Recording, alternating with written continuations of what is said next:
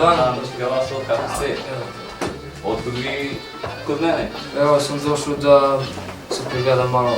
Da si tu Sad zima, kolje su svinje masno. Da. Da mi izmerimo pritisak vaso. Može sinko piju. Daj, samo moram pijem ruku.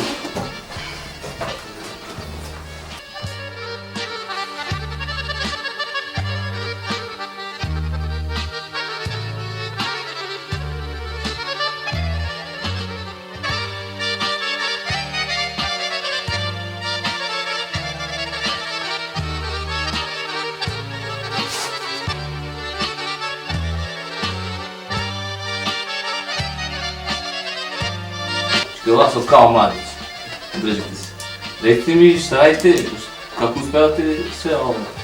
Imate skoro 80 godina, Pune 80, sinko, pune 80 godina. pa kako vam sve to polazi za rukom, šta radite?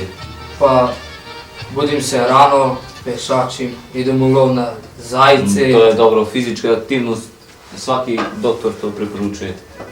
Recite mi koliko je imao godina vaš otac kad je umro?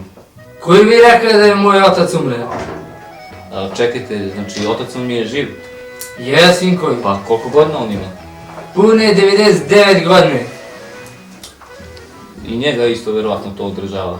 Nego kako? Vaso, recite mi vaš deda koliko je godina imao kad je umro? Di ti? Ja tamo posle čekao. A ko je rekao da je moj deda umro? Pa, koliko godina on ima? Verovatno 120. Ne, moj deda ima 118 godina. Verovatno i on ide sa vama u lov na zeče. Ne, danas nije mogao da dođe. Spremao se za svadbu. Za kakvu svadbu čovječe? Za njegovu svadbu, bre. Pa što bi se čovjek u 118 godina tek sada ženio? Pa, sinko, on se ne bi ženio. Nego njegovi roditelji ga pratiskaju.